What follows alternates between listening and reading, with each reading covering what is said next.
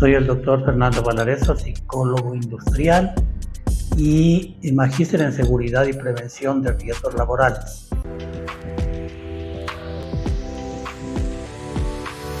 En esta vez voy a enfocar la diferencia entre factores psicosociales y factores de riesgo psicosocial, que a veces se confunden estos términos y se los utiliza en forma similar. Bueno, pero los factores psicosociales decíamos que son condiciones que están presentes en la organización, en el puesto de trabajo, en el trabajador y en el medio extralaboral, y que en sí no son ni positivos ni negativos, simplemente están ahí como factores psicosociales. Y un factor psicosocial, para que provoque efectos negativos en la salud y afecte al bienestar, el desempeño de trabajo, depende de tres condiciones. Una, el tiempo de exposición al que el trabajador se encuentra afectado por este factor psicosocial. Otro es la intensidad y la frecuencia con que se presentan estos factores. Y un tercer punto es cómo este factor es percibido por parte del trabajador, si es percibido como una amenaza o una oportunidad. Entonces, dependiendo de estas tres condiciones, el tiempo de exposición, la intensidad y cómo es percibido por el trabajador, un factor psicosocial que no afecta a la salud puede transformarse en factor de riesgo psicosocial. Y al decir que es un factor de riesgo, estamos diciendo que va a afectar de alguna manera a la salud, al bienestar y al desempeño laboral. Vamos a analizar algunos de los factores psicosociales considerando estas tres características. Al respecto, es la PhD, la doctora Villalobos, en el 2005 manifiesta que los factores psicosociales pueden convertirse en factores de riesgo dependiendo del tiempo de exposición, la intensidad, la frecuencia y el potencial dañino de un factor de riesgo para producir efectos negativos en la salud y en el bienestar. Ahora vamos a analizar un factor psicosocial que lo analizábamos en la charla anterior, que son las jornadas de trabajo. ¿Cómo este factor psicosocial puede transformarse en factor de riesgo? La primera característica es el tiempo de exposición. Por ejemplo, la jornada nocturna. La jornada nocturna puede prolongarse en el tiempo y la persona estar realizando esta actividad por meses, incluso por años. Entonces hay una larga exposición a este factor. La segunda característica es la intensidad y la frecuencia. Puede ser que los turnos nocturnos sean frecuentes, sean casi a diario, o pasando un día, y que esto dure igualmente semanas y que se presente en forma permanente. Y adicional, el esfuerzo físico o mental puede ser también alto. Entonces este factor se va a transformar en un factor de riesgo. Y la tercera característica, que es la amenaza, el trabajador siente que está comprometido a su salud, su equilibrio emocional, sus relaciones sociales y familiares o incluso su calidad de vida. Entonces este factor de la jornada de trabajo nocturno, al cumplir estas tres condiciones, pasa a ser un factor de riesgo psicosocial. Otro factor psicosocial, la claridad de roles, que es la definición de las responsabilidades y actividades que un trabajador tiene que cumplir.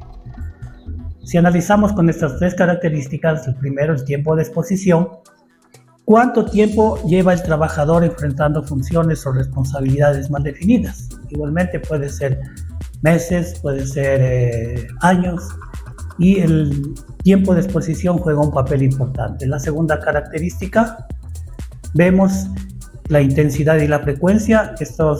Este factor de claridad de roles implica tareas críticas que se las realiza sin orientación, sin un respaldo, y la frecuencia puede ser casi a diario. Y el tercer elemento, la tercera característica, es la amenaza. Esta falta de definición de tareas, de responsabilidades, de roles va a causar en el trabajador incertidumbre, temor a cometer errores, agotamiento, desmotivación injustificada. Otro factor psicosocial que vamos a analizar es la carga de trabajo. Y al analizarla en las características del tiempo de exposición, vemos que puede ser un tiempo prolongado, puede presentarse durante varios días, durante varias semanas o meses. En cuanto a la intensidad y la frecuencia, es alta, el volumen de trabajo es mayor a la capacidad real del trabajador, está desbordando las capacidades del trabajador y la frecuencia es bastante alta, se presenta varias veces al día o varias veces a la semana.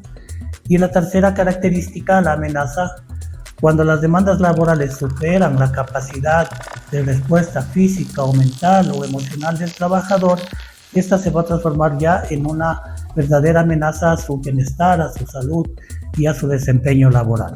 Otro factor psicosocial que al cumplir estas tres características puede transformarse en factor de riesgo psicosocial es la experiencia laboral.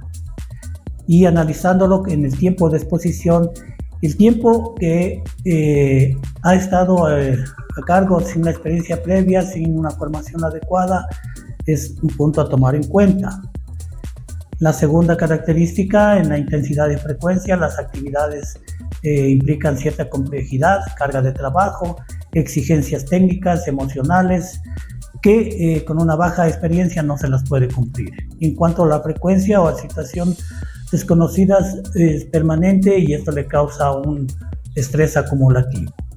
Y la tercera característica, la amenaza, el trabajador interpreta la falta de experiencia como una amenaza a su estabilidad, a su imagen, a su futuro y a su desempeño. Y analizando otro factor psicosocial, en este caso un factor extralaboral, las relaciones familiares.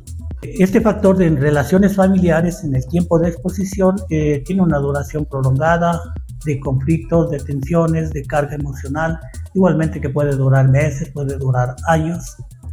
En cuanto a la intensidad, el grado de afectación emocional que producen estas relaciones y que se manifiestan con discusiones, con violencia. Y qué tan recurrentes son estos conflictos y exigencias familiares, estaríamos hablando de la frecuencia. Y la tercera, la amenaza, el trabajador interpreta que su entorno familiar puede dañar su salud, su trabajo o su estabilidad. Entonces, como hemos visto, dependiendo de estas tres características, un factor psicosocial que no tiene ninguna influencia en la salud, en el bienestar, en el desempeño laboral, si se cumple con estas tres condiciones, tiempo de exposición, intensidad, frecuencia, y es considerada por el trabajador como una amenaza, se transforma en un factor de riesgo psicosocial. Cuando ya se ha transformado en un factor de riesgo psicosocial, tenemos que seguir un proceso de gestión que inicia con la identificación, la evaluación y el control de estos factores de riesgo. Entonces, el primer paso es identificar factores de riesgo psicosocial. El segundo paso, para identificarlos, tenemos que aplicar una metodología reconocida de evaluación de factores de riesgo psicosocial. El tercer paso es determinar el nivel de riesgo en el cual se encuentra presente, si es mediano, bajo, alto, muy alto. El cuarto paso, realizar un informe sobre los resultados obtenidos. Y el quinto, es el más importante, elaborar un plan de acción tendiente a establecer medidas de prevención y de control sobre estos factores que se encuentran en niveles de riesgo alto o muy alto.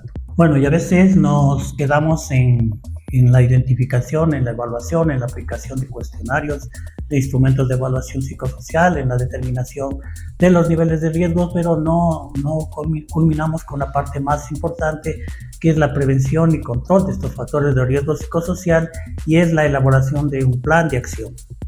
Entonces, este plan de acción tiene que estar orientado a controlar, ya que los riesgos psicosociales no se pueden eliminar, a controlar el riesgo en la fuente. Por ejemplo, si en la fuente es la carga de trabajo, una definición de roles, es la comunicación o la jornada de trabajo, tenemos que elaborar un plan que esté dirigido a tener una actuación respecto a las causas del factor de riesgo psicosocial. En el individuo hay que trabajar en formación, en capacitación, en satisfacción de sus necesidades.